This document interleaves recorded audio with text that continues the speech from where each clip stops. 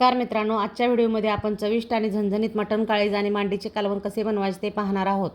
घरगुती मसाले व पारंपरिक पद्धतीने तयार केलेले हे कालवण भाकरी, चपाती किंवा गरमागरम भातासोबत अप्रतिम लागते. ही रेसिपी तुम्हाला आवडली तर व्हिडिओला लाईक करा, मित्रासोबत शेअर करा आणि अशाच चविष्ट रेसिपीसाठी आमच्या चॅनलला सबस्क्राईब करायला विसरू नका. हे बघा, बोकडाचं मटण आहे, काळीज वगैरे आहे. आता आपल्याला याला फोडणीची तयारी करून घ्यायची आहे. बघा, आता त्यासाठी आपल्याला साहित्य काय काय लागणार आहे बघा. त्यासाठी 2 मोठ्या आकाराचे कांदे चिरून घेतलेले आहेत, 2 टोमॅटो घेतलेले आहेत चिरून, थोडंसं आपल्याला लसूण, खोबरं आणि कोथिंबीर पण लागणार आहे मसाला बारीक करून. सर्वप्रथम मी गॅसवर कढई ठेवलेली आहे बघा. फोडणीसाठी आपल्याला तेल लागणार आहे.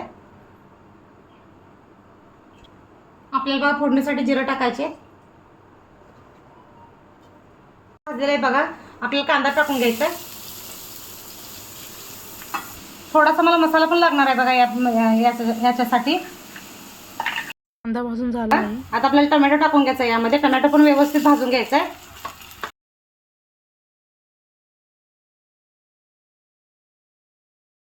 आपला कांदा आणि टोमॅटो भाजण्यासाठी आपल्याला थोडंसं मीठ टाकायचं आहे. यामध्ये मीठ टाकल्यामुळे हे लवकर आपलं भाजतंय बघा. मसाला कांदा टोमॅटो मीठ टाकून घेतलंय बघा मी.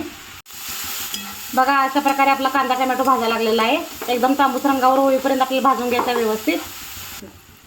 आपला हा मसाला बारीक केलेला बघा. खोबरं, लसूण, कोथिंबीर, आलं, जिरं, तीळ हे सगळं मी बारीक करून घेतलेलं आहे. यात आपल्याला कांदा टोमॅटो भाजला यामध्ये टाकून घ्यायचा आहे बघा आणि हे व्यवस्थित भाजून घ्यायचं आहे आपल्याला. आपल्याला थोडासा गरम मसाला पण टाकायचा आहे यामध्ये. गरम मसाला टाकायला बघा यामध्ये.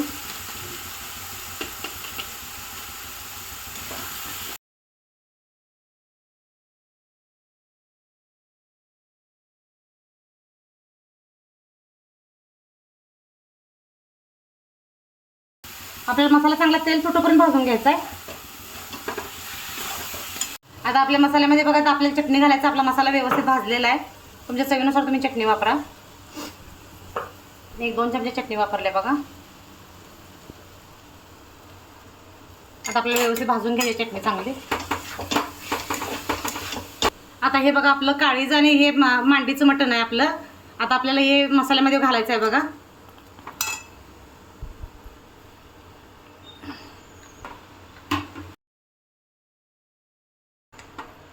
आपल्याला व्यवस्थित हलवून घ्यायचं आहे बघा आणि थोडंसं आपल्याला यामध्ये गरम पाणी घालायचं आहे आणि 5 मिनिट आपल्याला शिजू द्यायचं आहे याला.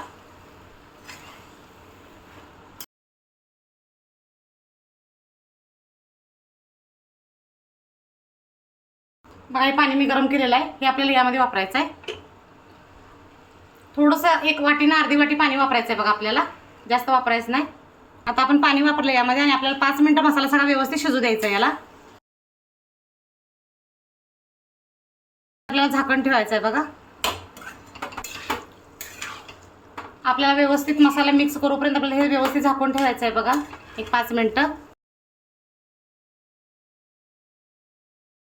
5 मिनिटं झालेत बघा झाकण ठेवून. तर अशा प्रकारे आपले स्वादिष्ट मटण काळीज आणि मांडीचे कालवण तयार झालेले आहे.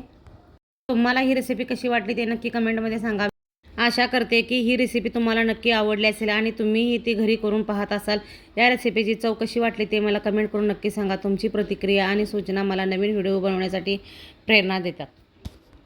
तर तुम्हाला व्हिडिओ आवडला असेल तर माझ्या चॅनलला लाईक करा, सबस्क्राईब करा, शेअर करा. धन्यवाद.